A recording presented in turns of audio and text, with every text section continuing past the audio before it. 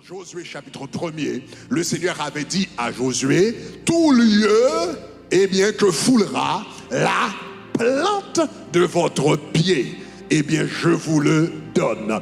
Que ce soit Canaan, que ce soit Babylone, que ce soit Égypte, que ce soit les États-Unis, que ce soit en France. Donc vous voyez cette promesse se manifester là, quel que soit le lieu où les Juifs se trouvent. Ils prospèrent, ils s'épanouissent, ils grandissent parce qu'une grâce leur a été communiquée à travers Josué. Et la bonne nouvelle, c'est que la Bible dit, vous et moi, à travers Jésus, nous sommes des enfants d'Abraham. Alléluia.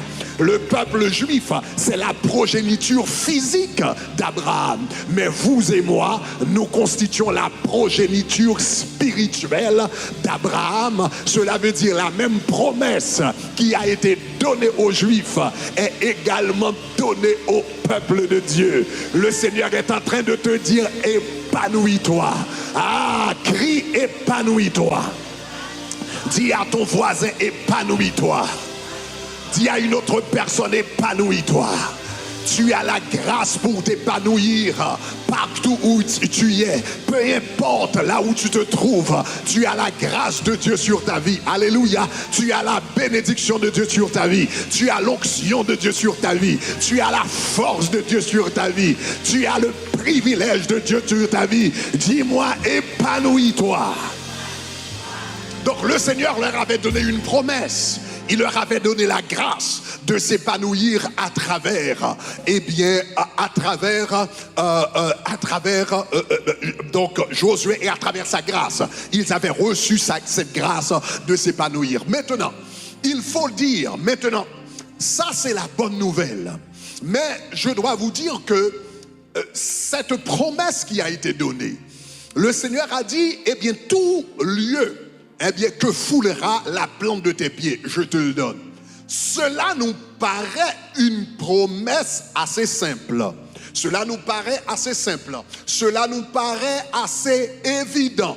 Cela nous paraît assez facile. Mais il y a un problème. Au moment où le Seigneur avait donné cette promesse à Josué et au peuple d'Israël, ce n'était pas aussi évident, ce n'était pas aussi facile, ce n'était pas aussi simple. Parce que au moment où le Seigneur a donné cette promesse au peuple d'Israël, il se trouvait au bord du Jourdain, il se trouvait à Kades Barnéa. Donc d'un côté, il était dans le désert à Kades Barnéa, et de l'autre côté, il regardait la terre promise. Il regardait Canaan. Il regardait, il regardait le lieu que Dieu leur avait promis. Mais quel était le problème? Il y avait au moins 3 problèmes. Quel était le problème? Le Seigneur a dit, tout lieu que foulera la plante de tes pieds. Le premier problème, c'est que entre Kades Barnéa et la terre promise numéro 1, il y avait le Jourdain. Donc tout lieu où foulera la plante de tes pieds signifie que tu vas devoir traverser ce Jourdain. Donc tout lieu où foulera la plante de tes pieds, pour mettre la plante de tes pieds à Canaan, il va falloir traverser le Jourdain. Et la Bible dit qu'il y avait certaines saisons, où il y avait de l'inondation dans le Jourdain. Et donc c'est ce que la Bible dit, par exemple, dans Josué chapitre 3, le verset 15, la Bible dit, quand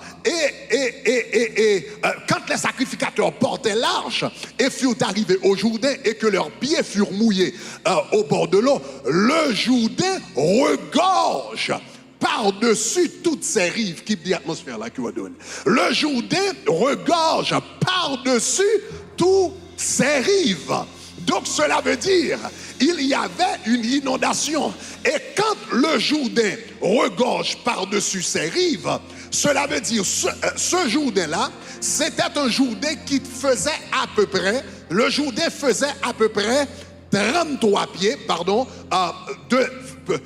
pouvait faire de 33 jusqu'à 90 pieds de largeur. Et quand il y avait de l'inondation, le Jourdain pouvait s'étendre jusqu'à 800 mètres, about half a mile.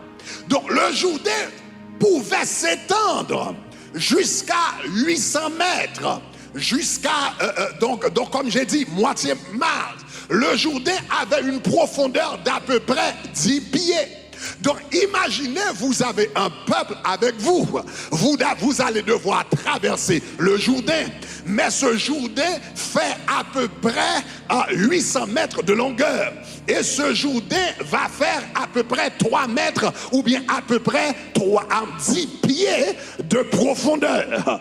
10 pieds de profondeur. À 10 pieds de profondeur, quelqu'un peut mourir, tu peux te noyer à 10 pieds de profondeur. Donc voilà, le Seigneur va dire au peuple d'Israël, tout lieu où foulera la plante de tes pieds, je te le donne. Mais cela veut dire que le Jourdain, en ce moment-là, c'était la période de la moisson. Et dans la période de la moisson, il y avait de l'inondation. Cela veut dire que le Jourdain faisait 8 mètres de largeur. Le Jourdain faisait 3 mètres de profondeur. Et les gens allaient devoir croire la parole de Dieu et mettre les pieds dans l'eau. Est-ce que vous êtes avec moi?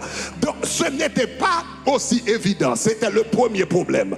Le deuxième problème, quand le Seigneur a dit tout lieu où foulera la plante de tes pieds, il y avait un deuxième problème. Le deuxième problème, c'est qu'il y avait la muraille de Jéricho. La muraille de Jéricho, c'était une muraille extraordinaire. La muraille de Jéricho avait 3 couches. C'était une grande muraille qui avait 3 couches. La muraille de Jéricho avait une couche, premièrement, extérieure. Il y avait une couche extérieure. La muraille avait une couche intermédiaire. Et la muraille avait une couche intérieure. La couche extérieure faisait à peu près 1,83 m de largeur. Cela veut dire à peu près 6 pieds. La couche extérieure faisait à peu près 6 pieds de largeur. La couche intermédiaire faisait à peu près 4,57 m, c'est-à-dire à peu près 15 pieds de largeur. Et la couche intérieure faisait à peu près 3,66 m ou encore 12 pieds de largeur. Donc, quand tu additionnes tout cela, tu as à peu près 10 pieds d'épaisseur. Cela veut dire 10 mètres d'épaisseur. Cela veut dire 33 pieds d'épaisseur.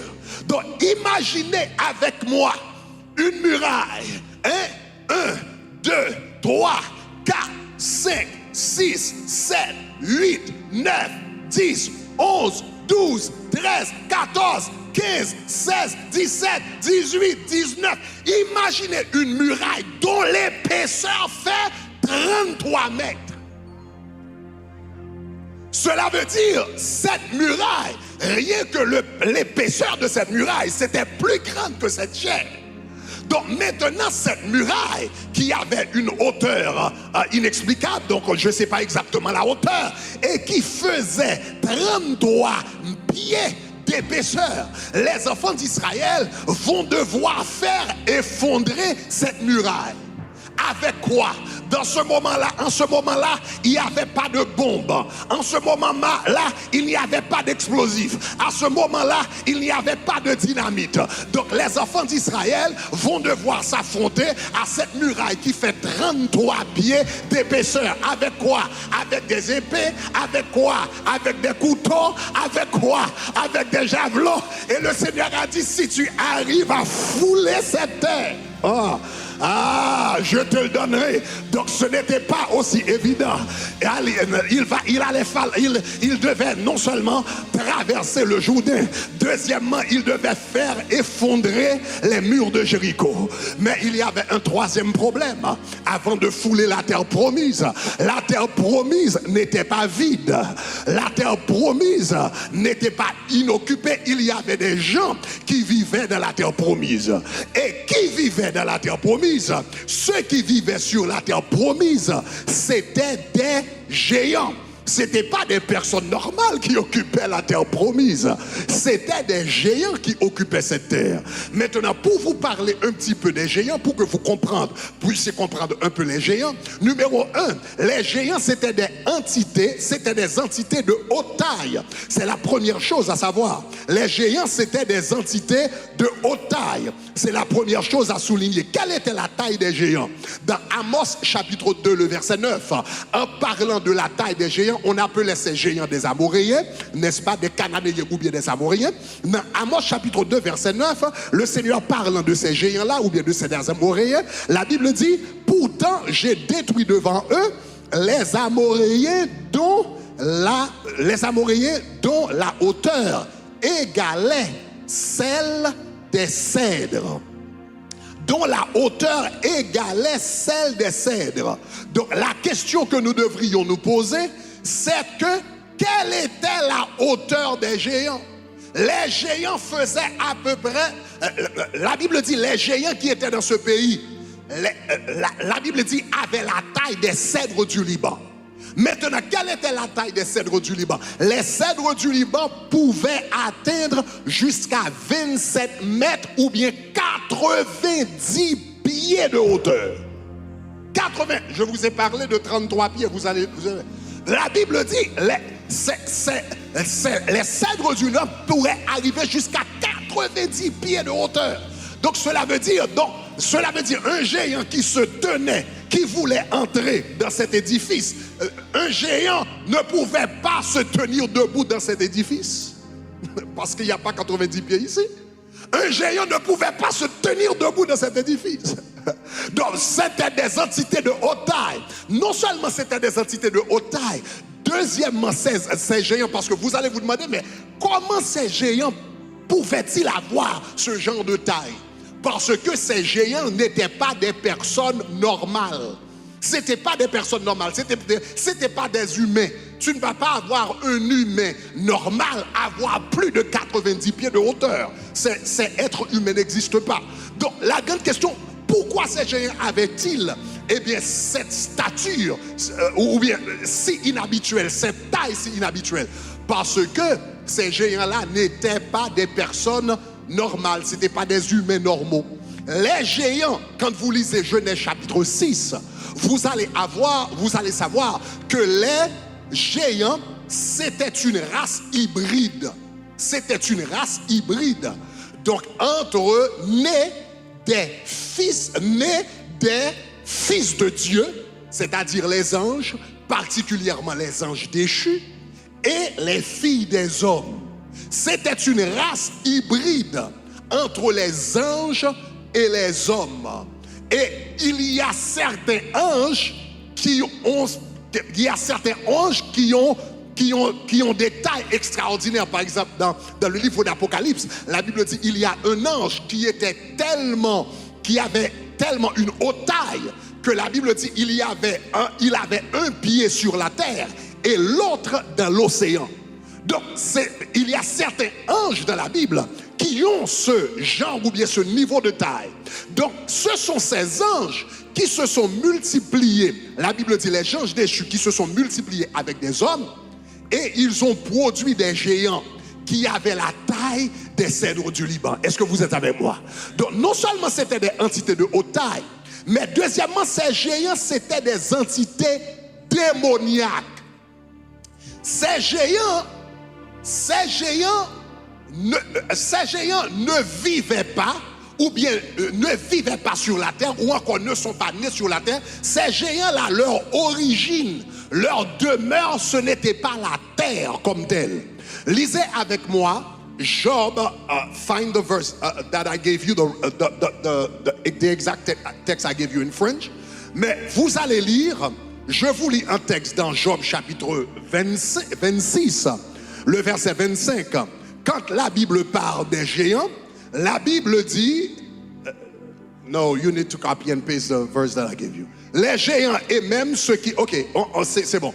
Les géants, la Bible dit, les géants même, prêtez attention à ça, les géants même et ceux qui habitent avec eux gémissent sous les eaux.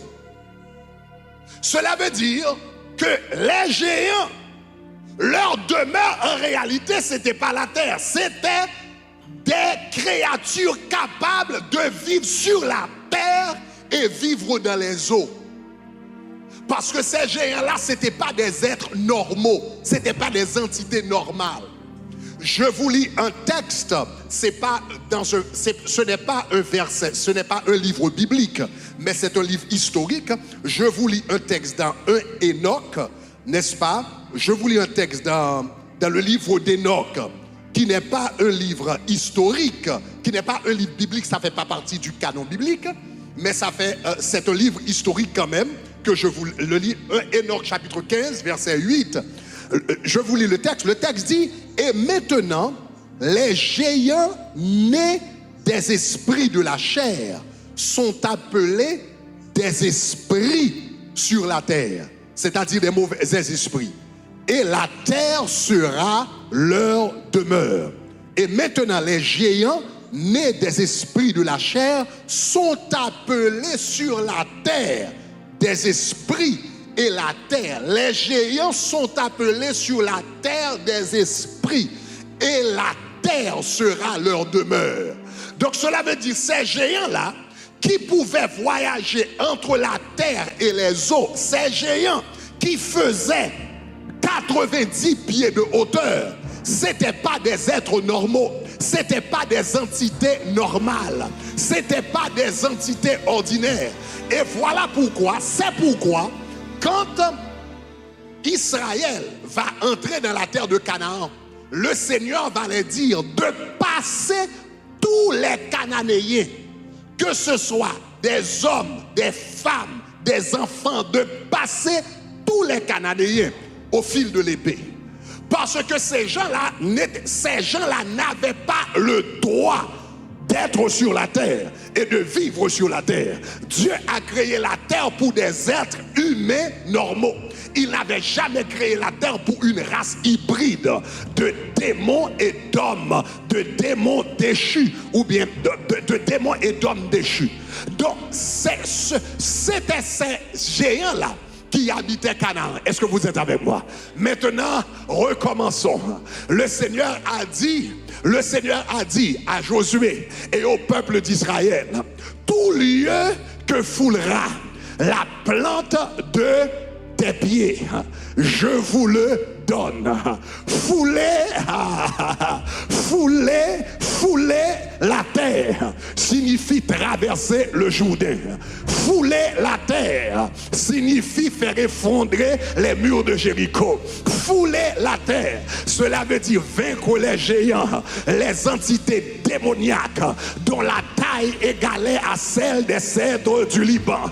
Et le Seigneur a dit, si malgré ces obstacles, si malgré la profondeur du Jourdain, qui fait 10 pieds de profondeur, tu peux te noyer dans le Jourdain, mais tu dis, en dépit du risque, je vais m'avancer. Je sais qu'il y a une muraille qui fait 33 mètres d'épaisseur, et moi 33 pieds d'épaisseur, et moi je n'ai qu'un couteau à la main, mais malgré les possibilités, je vais m'avancer. Je sais qu'à Canaan, il y a des démons qui vivent là. Il y a des géants de haute taille. Il y a des géants démoniaques. C'est impossible qu'un homme de 5 pieds, de 6 pieds puisse combattre contre des géants démoniaques de 90 pieds qui peuvent vivre sur la terre et qui peuvent vivre dans la mer. Mais puisque le Seigneur l'a dit, je vais m'aventurer. Donc le Seigneur a dit, si tu peux mettre de côté ta peur, si tu peux mettre de côté ta panique, si tu peux mettre de côté ton hésitation, si tu peux mettre de côté ta crainte, et tu dis je vais avancer,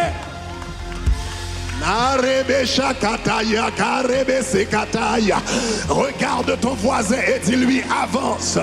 Le Seigneur m'a dit de te dire aujourd'hui avance. Le Seigneur m'a dit de te dire avance. Le Seigneur m'a commissionné de te dire avance. Le Seigneur m'a mandaté de te dire avance. Le Seigneur m'a exhorté de te dire avance. Je sais qu'il y a devant toi le Jourdain et les eaux peuvent t'emporter, mais le Seigneur a dit avance. Il y a des risques, avance. C'est dangereux, avance. Tu ne sais pas ce qui va arriver, avance. Tu ne connais pas les résultats d'avance, avance. Il se peut que ton entreprise ne marche pas, mais avance. Il se peut que tu n'arrives pas à réussir ce cours, mais avance. Il se peut que l'investissement ne marche pas, mais le Seigneur a dit, regarde ton voisin, dit avance. Avance, avance, avance. Avance, avance, avance. Si le Seigneur t'a donné une parole, avance.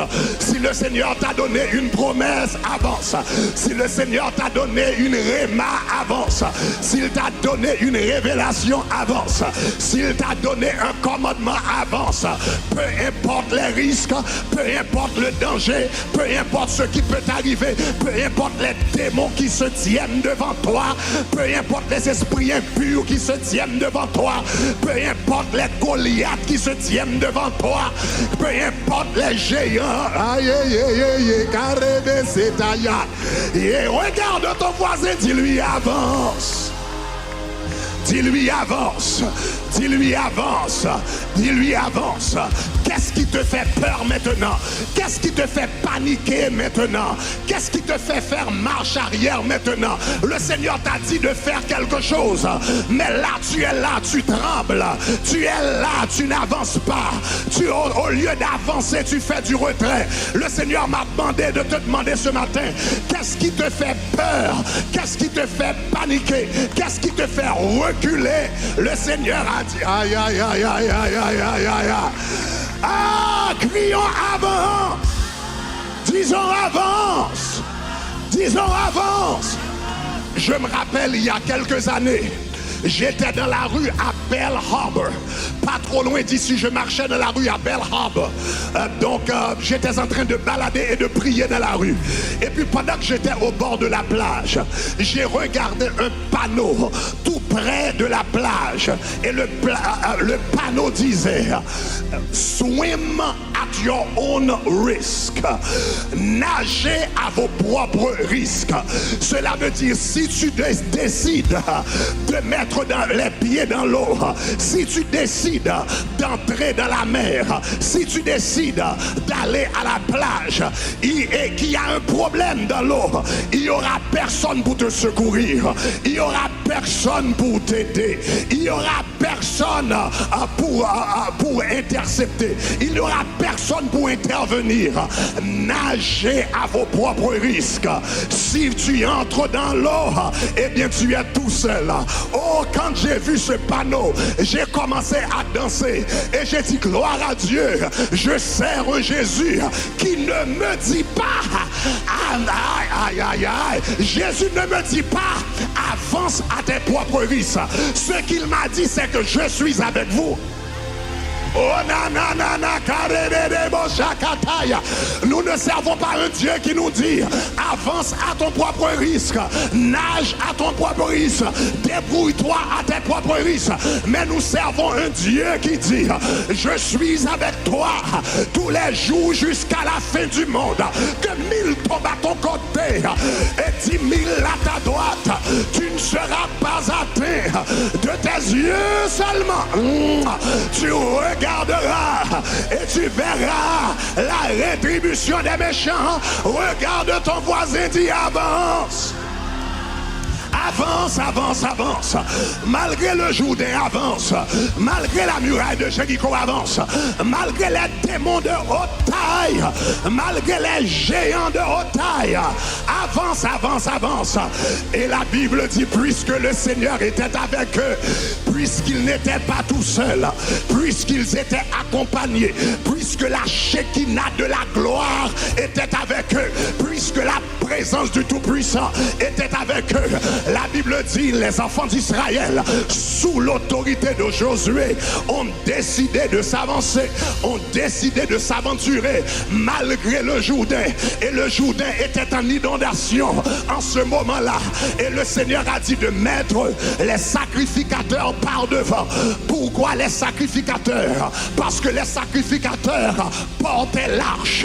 Et que représentait l'arche? Qu'est-ce qu'il y avait dans l'arche? Il y avait la Shekinah de la gloire.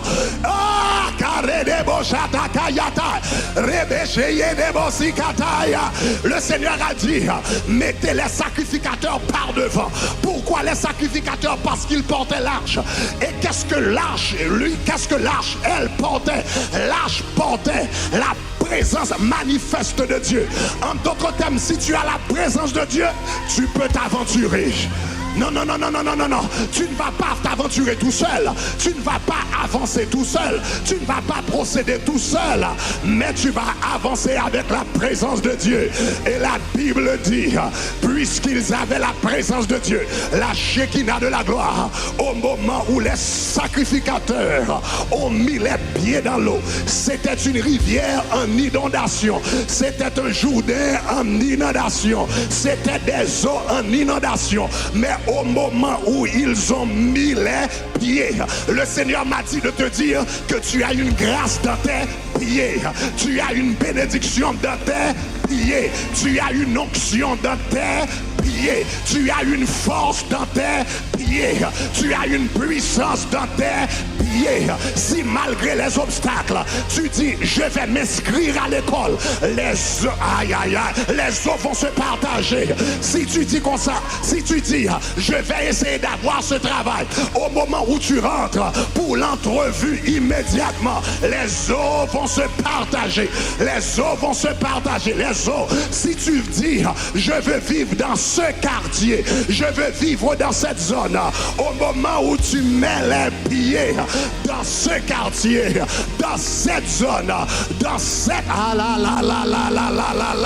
pour ceux qui sont à peine arrivés aux États-Unis, peut-être dans le programme de Biden, et tu demandes est-ce que je vais avoir du succès dans ce pays? Est-ce que je vais avoir mes documents? Est-ce que je vais avoir mes papiers? Est-ce que je vais pouvoir rester? Est-ce que je pourrais avoir un bon boulot? Le Seigneur m'a dit de te dire tu as une grâce.